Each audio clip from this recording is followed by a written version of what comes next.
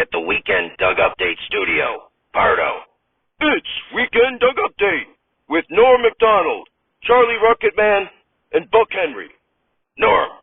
Hello, I'm Norm MacDonald. Rocketman. I'm Charlie Redacted. Henry. And I'm Buck Henry. All three. And here's the fake news. MacDonald. President Biden's presidency seems to be in crisis mode, and he is being blamed for inflation, COVID, and tensions in Ukraine. When asked about this, Biden responded by awkwardly reciting the Pledge of Allegiance, like the old great Aunt Bethany in the Christmas Vacation movies. Rocket. When asked by the religious right to instead recite the grace prayer, President Biden responded that grace passed away 30 years ago. Henry. In order to curry favor with the media, President Biden did give them a Christmas gift. It turns out it was his pet cat. MacDonald. In news that doesn't result in a punchline from the Christmas Vacation movie, today marks the 2-year anniversary of the death of Kobe Bryant, along with his daughter Gigi and 7 other people in a helicopter crash.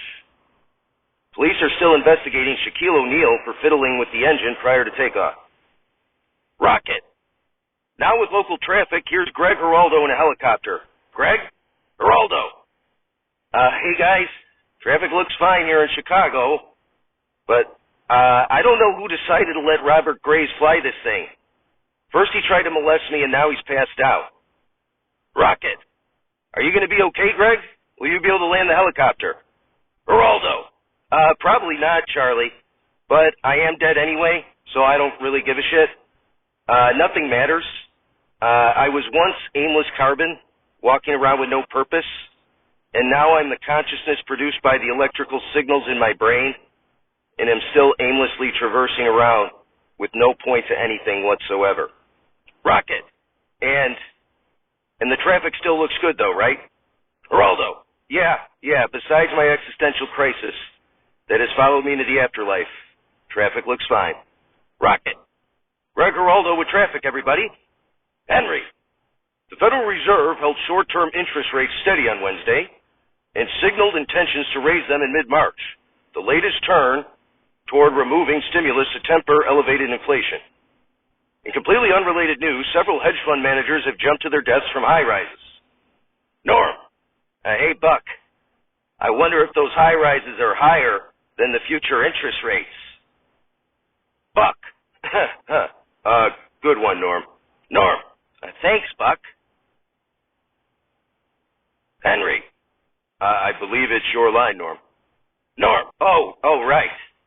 Now to talk to us about the issue of raising rates is Fred Willard. Fred? Willard. Well, hey, Norm. Now, I gotta be honest with you. I'm more of a guy who likes to go home and walk my dog, eat dinner, crack a beer, and watch the ball game.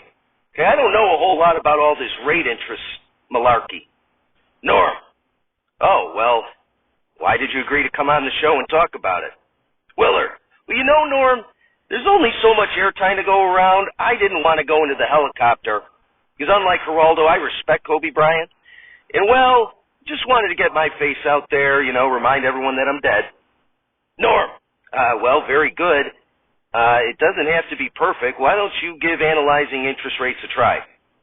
Willard. Okay, well, whatever. Interest rates are, I don't know, it's a lot like a woman, see? They're very difficult to figure out. They want you to be a man, but not too much of a man, lest you expose them to toxic masculinity. So you have to be delicate with them, agree with them on everything, and just hope for the best. So if your wife believes the Federal Reserve should raise interest rates, don't overthink it, fellas. Just agree with her. Norm? Norm. Okay, Fred, but what if your wife doesn't agree that the Fed should raise rates? Willard. Well, Norm, in that case, you have to be sensitive to her sensitivity to inflation, especially after a pregnancy. So you just nod and agree with them. Okay, otherwise she might kill you and tell everyone you had cancer. MacDonald. Fred Willard, everybody. Rocket. In other news, cancel culture is trying to cancel this very program because of the cultural insensitivities that have alleged to have been portrayed. To speak on that issue is George Carlin. George? Carlin. Well, thanks, Charlie. I don't have any problem with the canceling of this or any program that doesn't abide by the cultural sensitivity of the day, particularly when those who are being lampooned have had it rough previously. Henry. If I may jump in for a minute. Mr. Carlin, that appears to be a very expensive suit that you're wearing. And, am I seeing this right, George? Do you have on a monocle? Carlin. Yes, I don't see why that's relevant. Henry. Well, suppose this same cancel culture came and went against foul language. Carlin. Go fuck yourself, Buck. You fucking asshole piece of shit. Henry. Live from Tom's phone, we're not alive. It's Saturday Night Live, starring an ever-evolving cast that is unionized and refuses to allow their names to be mentioned until their demands are met. Musical guest and host, Frank Sinatra. Ladies and gentlemen, Frank Sinatra. Applause, applause, applause. Sinatra. Hello. I'm happy to be here, although I should have been asked to be here before Dean Martin. Anyway, Mr. Murphy wanted me to come out and sing something in the monologue. I told him no way. I've heard him try to sing. He's no Frank Sinatra, if you know what I mean. I don't want him affecting the Sinatra brand. Charles Grodin comes out. Sinatra. Can I help you, sir? Grodin. Yeah, sure, sport. Can you get me a cocktail? Sinatra. Excuse me? Grodin. Who is this guy?